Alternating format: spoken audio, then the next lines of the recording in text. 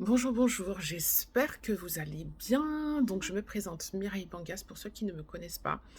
J'ai fait une vidéo la semaine dernière parce que, en fait, j'ai intégré l'année dernière la masterclass des micro-crèches de Johan Pietremont.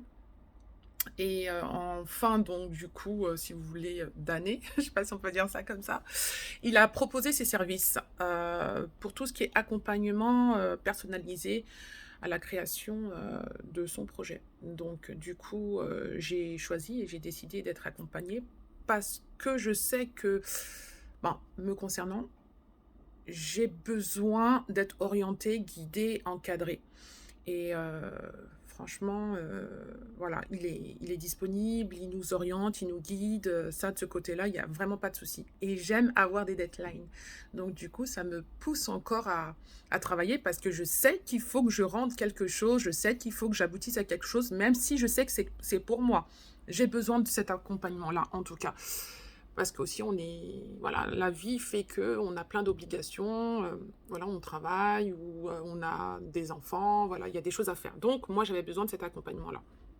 La semaine dernière, j'ai fait une vidéo pour vous expliquer donc l'introduction du dossier de présentation. Donc, en première partie, c'était la présentation du porteur de projet, en l'occurrence moi. Et donc en petit 1, mais c'est pas petit 1, petit 2, mais moi je dis en petit 1, c'était tout ce qui est cursus et formation professionnelle. Et là, en petit 2, c'était tout, enfin du moins c'est tout ce qui est expérience professionnelle. Donc quand j'ai lu l'intitulé du petit 2, bon, c'est pas bien sûr petit 2, hein, c'est des petits tirets, mais moi je dis petit 2, euh, ça m'a pas paru compliqué parce que voilà, je pense qu'on a tous des expériences professionnelles ou non professionnelles, parce que des expériences non professionnelles peuvent aussi beaucoup nous apporter, hein. Il suffit pas d'avoir fait une formation pour dire que voilà, il y a des choses pour lesquelles je me suis formée toute seule et du coup, bah, je l'ai mis aussi dans ce petit 2.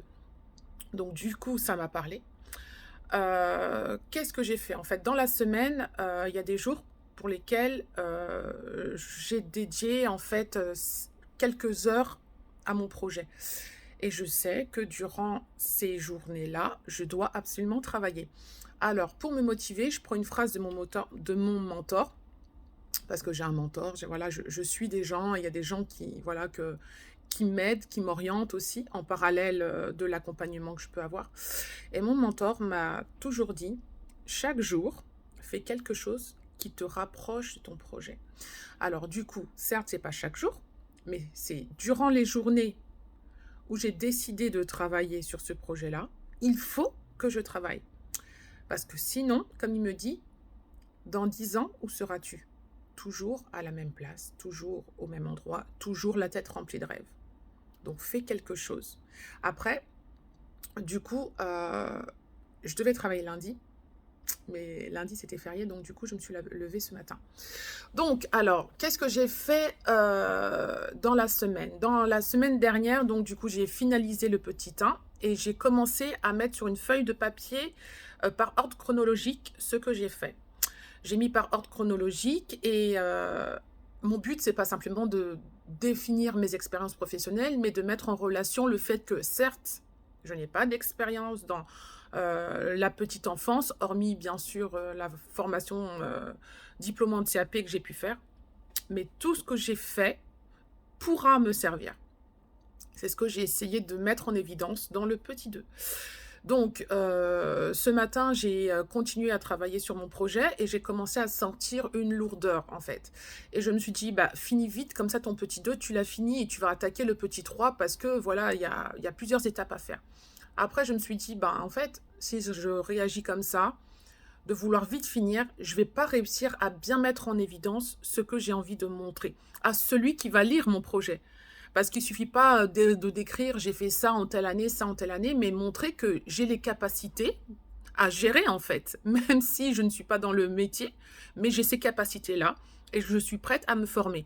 Et du coup, bah, c'est ce que le petit 2 m'a apporté, en fait, c'est montrer les compétences que j'avais acquises et celles dont j'ai besoin aussi.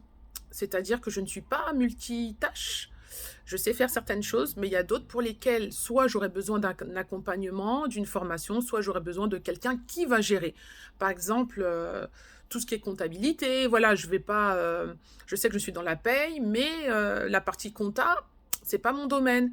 Donc, est-ce que je suis prête à faire une formation pour éviter d'avoir un comptable ou est-ce que je préfère prendre quelqu'un par la suite pour gérer cette partie en fait et me laisser en fait d'autres tâches dans lesquelles je serais à même à gérer. Donc voilà, le petit 2 ça parle de ça. Je vais finir ça cette semaine et après on attaquera le petit 3. Excellente journée à tous et bonne semaine. À la semaine prochaine. Ciao, ciao.